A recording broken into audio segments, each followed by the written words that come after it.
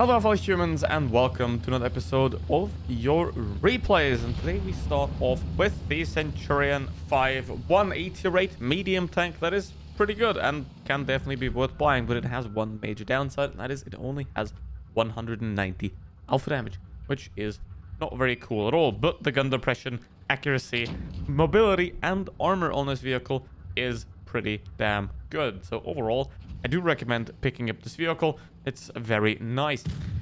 Here's the armor as well. The turret is sort of impenetrable for a lot of vehicles, but obviously the cupola on top can be pinned, and the hull is also, well, it's a hull down tank, so just play it as such, just like the T125 that has now been rebuffed, which I absolutely love. So I can recommend the E5 as well. So if you have any replays for me, and maybe of the T125, then put them on my Discord server. Link to that in the description of this video. Now, this is very nice here, a display of how to make use of both your team and also the enemy team, right? Playing in a position here where if those guys, if that Lurbe, for example, if he peeks, he will get exposed to the Centurion here, and he's gonna get shot. So this is a perfect display how to deal with a situation like this, where especially in a vehicle like this where you can't trade with heavy tanks. This is what you want to do. You want those heavies to not directly look at you, and I don't quite know what that kind of guy is doing, but it's a T-34 1776, and given the problems America's having right now, I don't know that seems fair. Anyway, now here at this point the team is, oh, there's a guy. Be careful and look at those markers, right? You have those red markers that show you exactly where the enemy is and how close he is. So pay attention to those. They're very important. And obviously also look at the minimap. It helps you quite a great deal if you haven't been paying attention to those before. But now there's a bit of a problem here because there's obviously two tanks pushing, and you want to not fight that ideally because 2v1, bad situation. Don't want to get into that. And so what you want to do here is you get out of there. You don't fight that kind of position, because if you don't win the fight, you just get out. That's just how you want to do it, especially in a medium or a light tank, which is way easier than in a heavy or a tank destroyer. If you can't win that fight, or if you're not sure that you're going to win, just get out. Go somewhere else. Fight there. You're going to win at that place, because that is just way better for your hit points, and it is also way better for your performance. You just dynamically move around the map, and rather than attempting to find the damage coming to you, you go out there and you get that damage for yourself.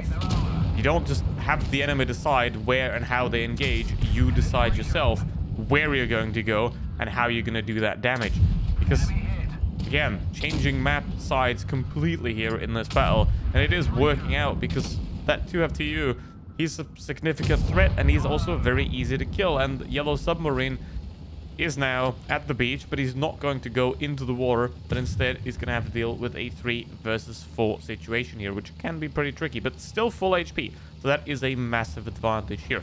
And what you want to do in a situation like this is you ideally want to preserve your hit points as much as you possibly can. And what you can try to do is trade some hit points for information, which is what I call hit point spotting, as in you just peek a corner, and if you get spotted, someone shoots you, you now know where they are. But obviously you don't want to do that, let's say, in front of a tank destroyer. That only works with medium and light tanks ideally. So don't hit point spot in front of a Jaeger. That's what I'm saying.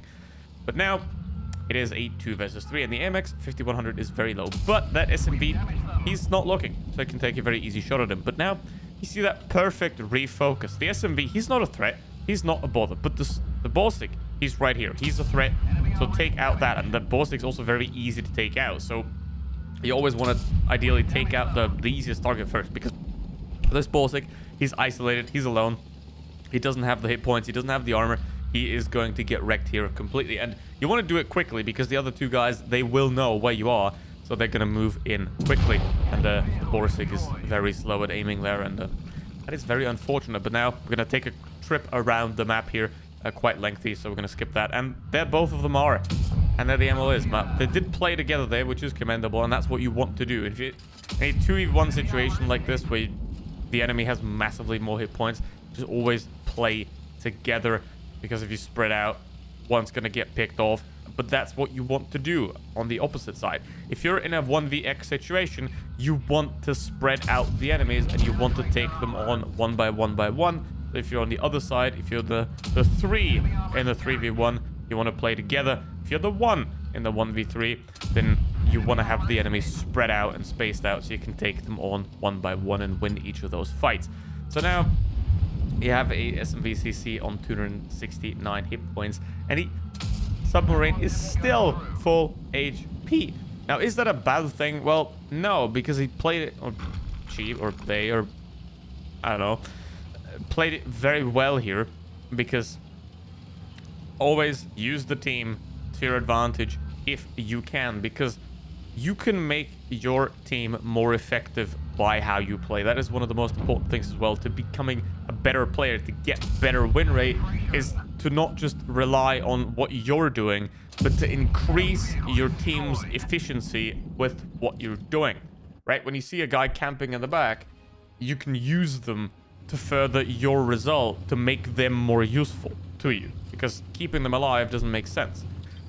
Now, what also doesn't make sense is this vehicle, the M4 Yo. It pretends to be an autoloader, but it really isn't, because an autoloader in essence prides itself from the fact that it can peek, it can clip, it can go back, it can reload. This vehicle can't do that because the entry clip is 7 seconds, which is longer than the reload of most vehicles. It does have, however, pretty damn good armor, except for the cupola on top, which is very not nice. So what you have here is you have a shell system where you have 3 7-second shells and 1 shell with a longer reload. So this thing has nothing to do with what a autoloader playstyle is. It's just a very weird single shotgun, essentially, and that's how you have to play it as well, because you can't stay peaked for 7 seconds. That's gonna get you killed, and I'll tell you, you never want to peak anywhere for 7 seconds anyway.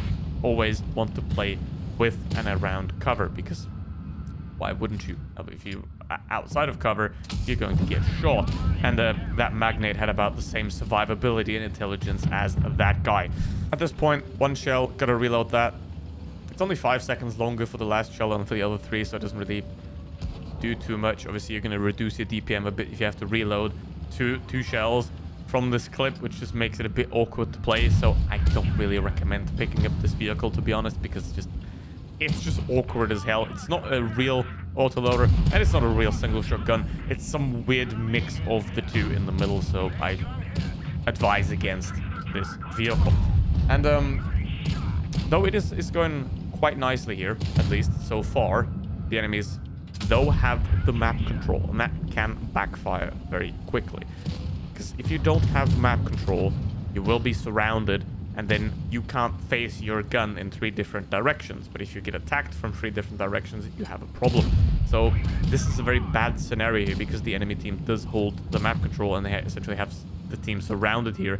So for the enemy team, this is a much better situation, and that now shows as they kill 2 here. And I have no idea how to pronounce your name, but you have a problem now, because can't kill that guy, and also can't kill the guy VK in front, because obviously he's still got too many hit points.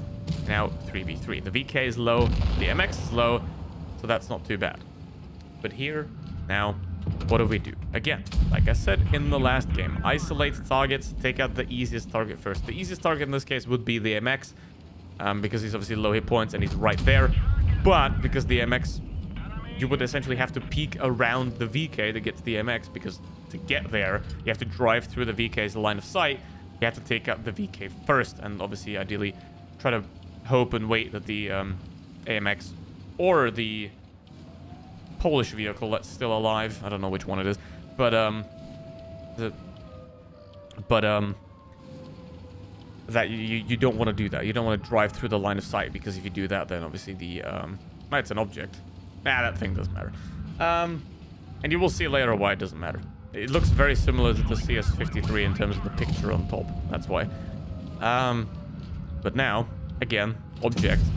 It's pretty dangerous here. The VK on his team takes out the AMX, which is very useful. And now we've got this object here. And this is a bit of a tiny miscalculation here. This is what I wouldn't have done here. I would have changed it a little bit different. I would have just moved forward, get around the side, because the VK can't one-shot me. The object can, the VK can't. So move forward, get around that ship, take out the VK, and then get big cover behind one of those boxes to then fully reload the clip. But the object does screw up, and yes, luck is involved as well. With any great game, luck plays a factor, and the object completely screws it, which is another further reason to never recommend that vehicle in any way. But highly recommend against that vehicle as well, because it just, you see what happens.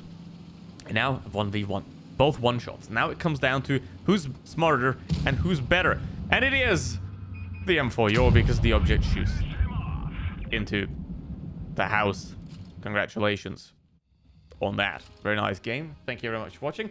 Hope it helped you with something, and don't forget to hit the like and subscribe button if you want to see more of this kind of video.